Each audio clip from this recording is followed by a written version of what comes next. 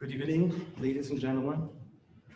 Today, I'll invite you to a tiny journey for the building blocks of semantic web and how they make our lives hopefully much easier. This is my computer. Oh, that's not my computer yet. Technology.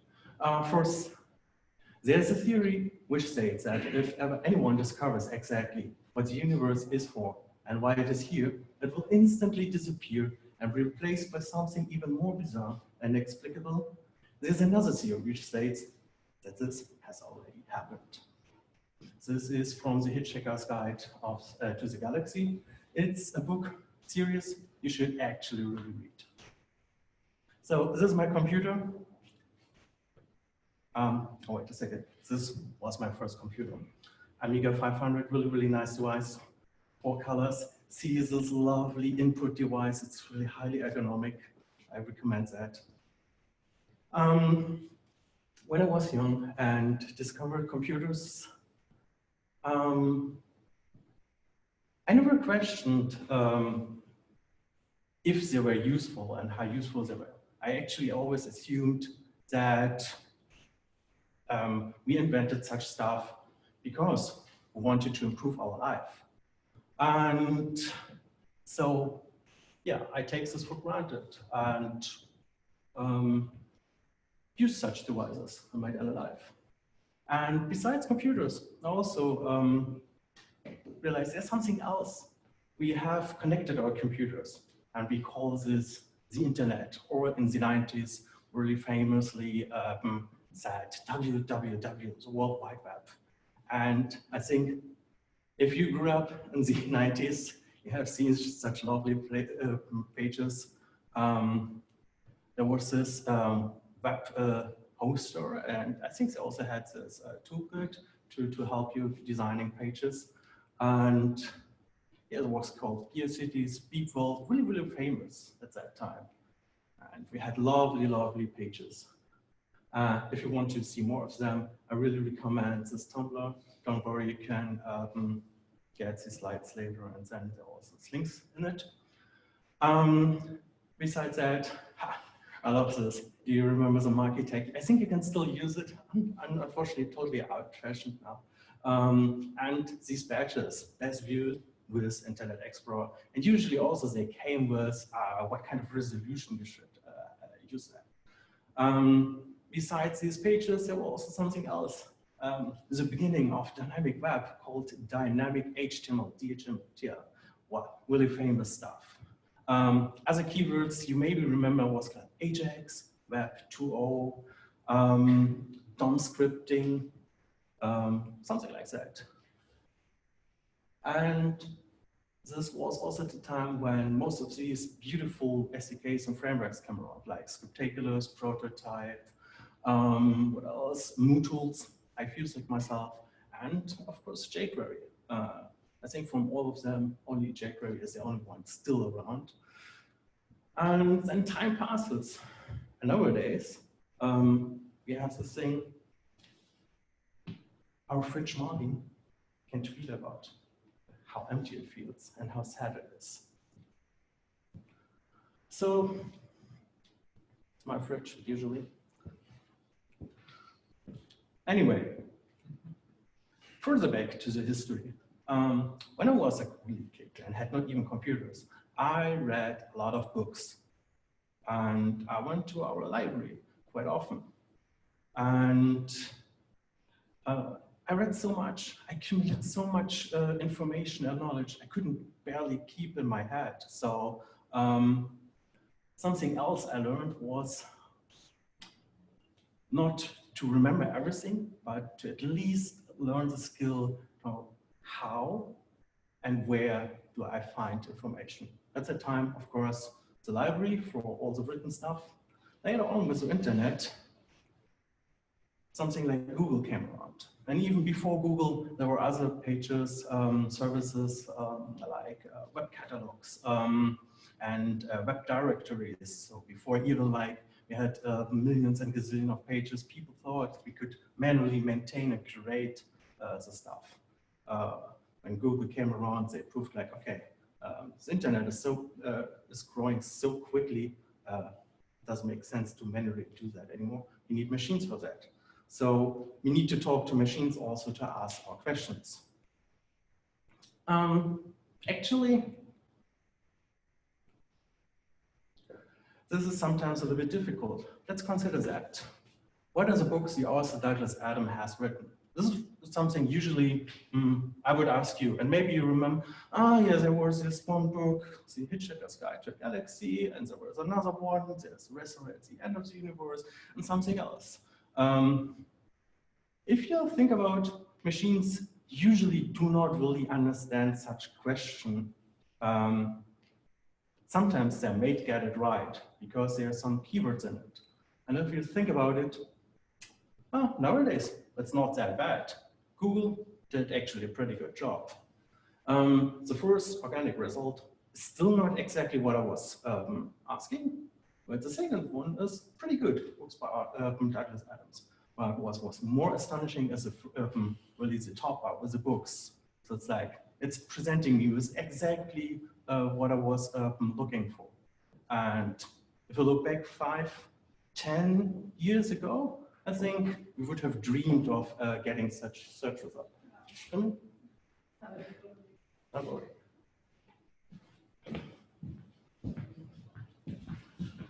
So let's dissect it a little bit. So usually what a machine would need would be more like a short key phrase like Douglas Adams books. You would divide it by Douglas Adams and books. So it's like you put it apart. So it's like, okay, there's this one entity, Douglas Adams, and the other one called books. And for now, we need to assume there's a relationship between the both keywords, which is called has written. I mean, I'm pretty sure Douglas Adams also has written books, but this usually you do not ask for. So in a pseudo SQL-ish query, that would look like that. Is it actually readable? Kind of. It's like select from books where also Douglas Adams. You realize that it's not enough. You don't have probably a database with a single table where everything is like that. So you probably have a people's table and you would look for the author there. Then you realize, maybe there are more Douglas Adams than this single one. So it's like you would start putting more constraints to your queries. Maybe you need more tables. But that's not where I want to go here right now. The point is, you need structured data for that. Otherwise, you cannot answer such questions and build such queries. Enter the semantic web. It's actually a pretty old concept. Not a lot of people speak about it, and probably less have even heard of it.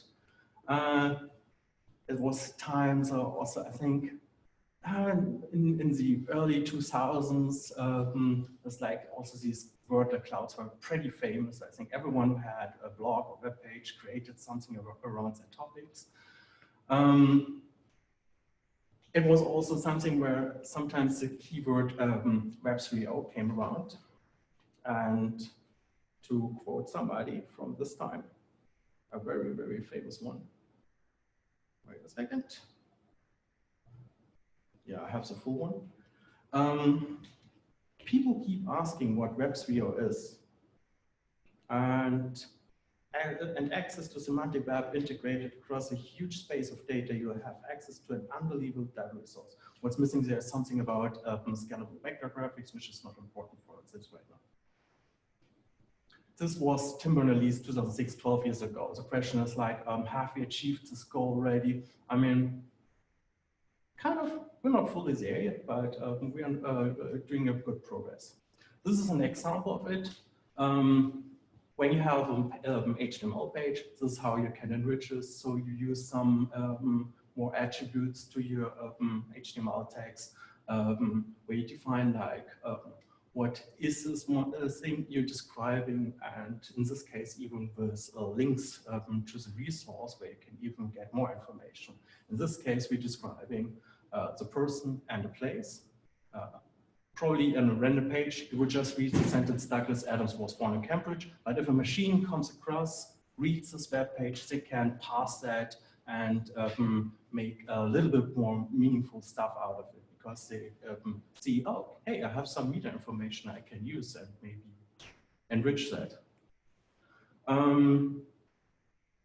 When you have a blog, maybe also still some unfancy like WordPress blog or every other more or less sophisticated blogging engine, you're also using structured data. For example, you have categories and tags, and you can get even more fancy.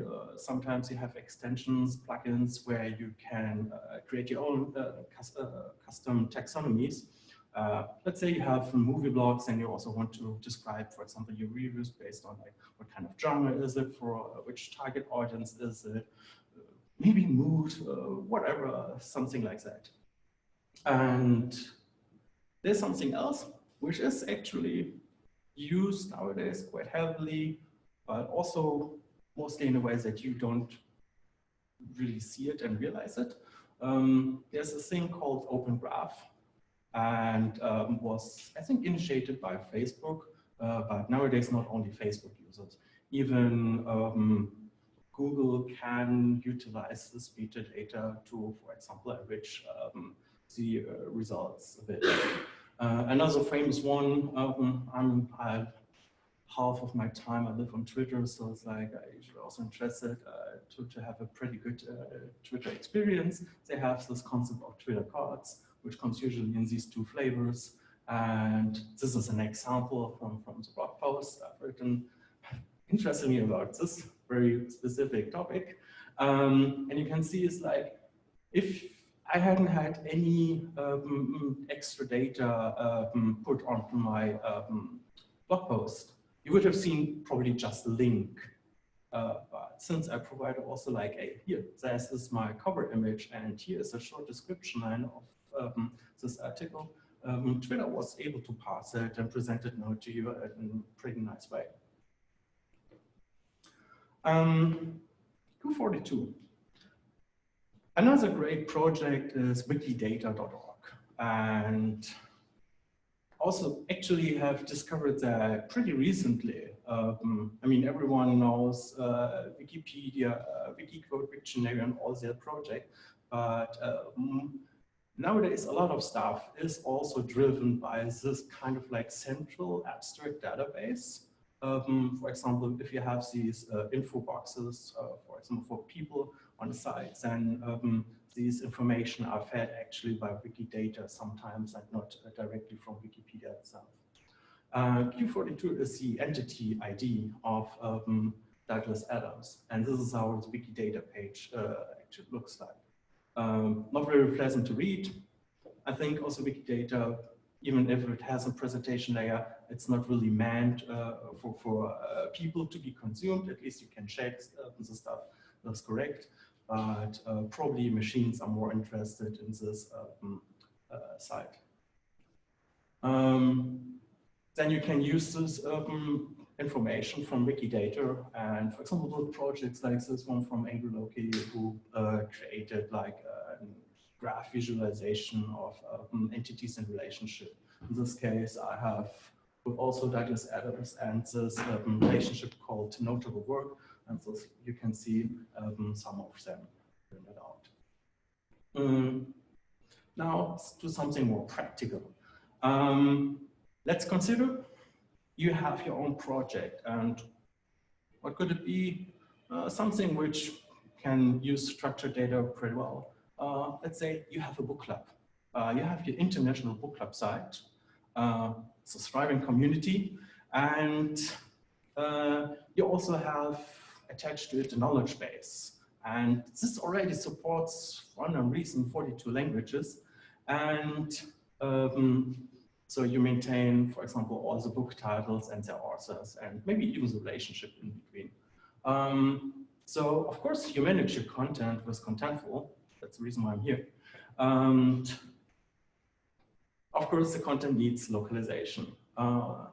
What you realize is, interesting enough, especially for languages which do not use the Latin alphabet, it's quite painful to figure out how should a title or the author name be presented? Because if you have Arabic, Hebrew, or something like that, you cannot just assume that that you can just put your Latinized version of the name into it. I mean, you could do that, but it doesn't read nicely then for that. So you have to do a lot of manual labor, looking up each book title and each author, and it's not just that. But don't panic. We have a solution for you. So a friend of yours created this beautiful extension. It's like, you enter here, the ID for now. So it's just a prototype. And you can see while you type, it's looking up the data from WikiData and fetches all the translatable names of Douglas Adams. So I purposefully used languages also like from the right to left and Chinese. So it's pretty nice. As said, it's just a proof of concept. You can find it on GitHub. It's open source. Here's the link. Don't worry, you don't have to write it up right now. I just quick walkthrough because this was done between two days as part of a write-a-thon. So it's like it's just really small code.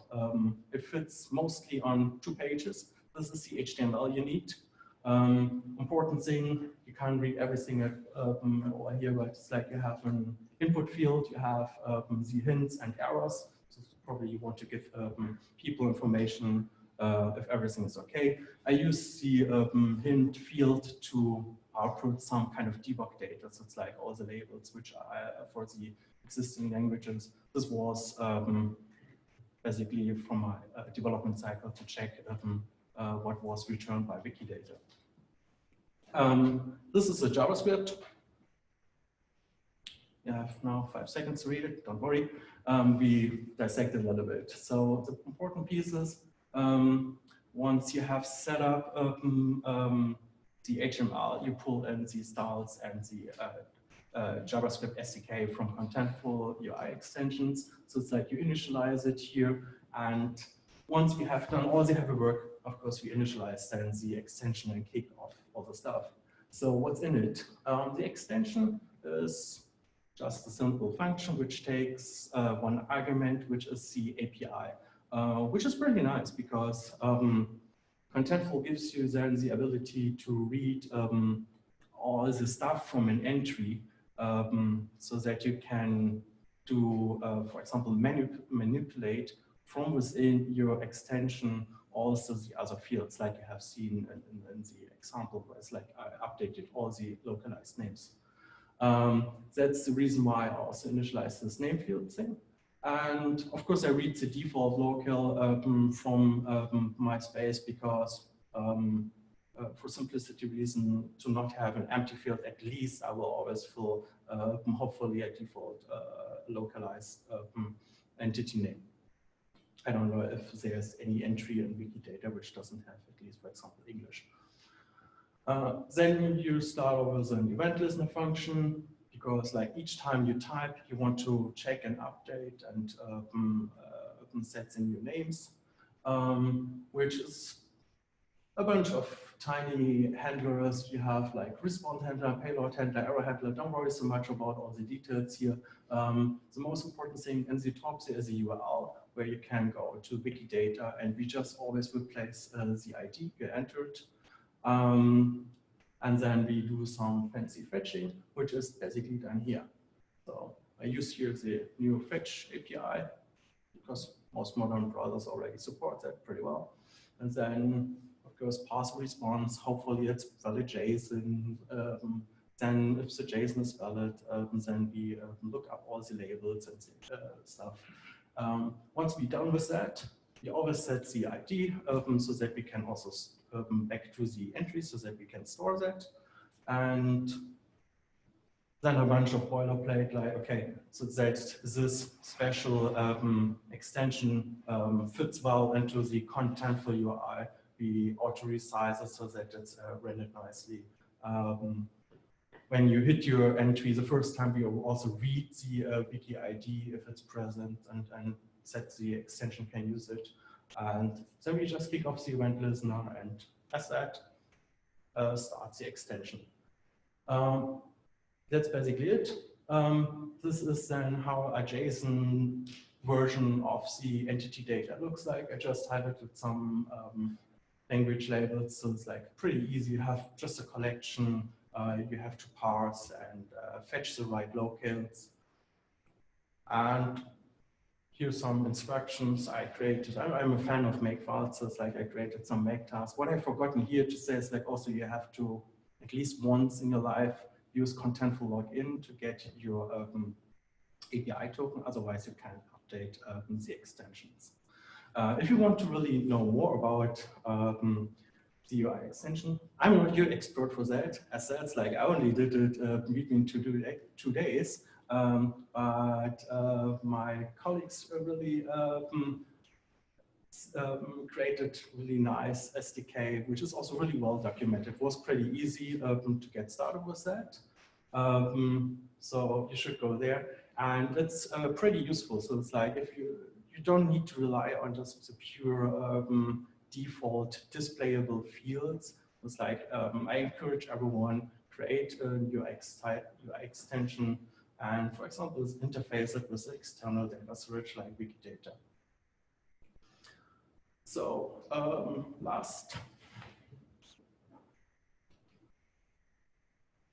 Curiously enough, the only thing that went through the mind of the bold petunias as it fell was, oh no, not again. Many people have speculated that if we knew exactly why the bowl of petunias had thought that, we would know a lot more about the nature of the universe than we do now. My name is Christoph Bravo. I work at Contentful as a Ruby back engineer, and as you have seen, I rarely write JavaScript. Thank you very much.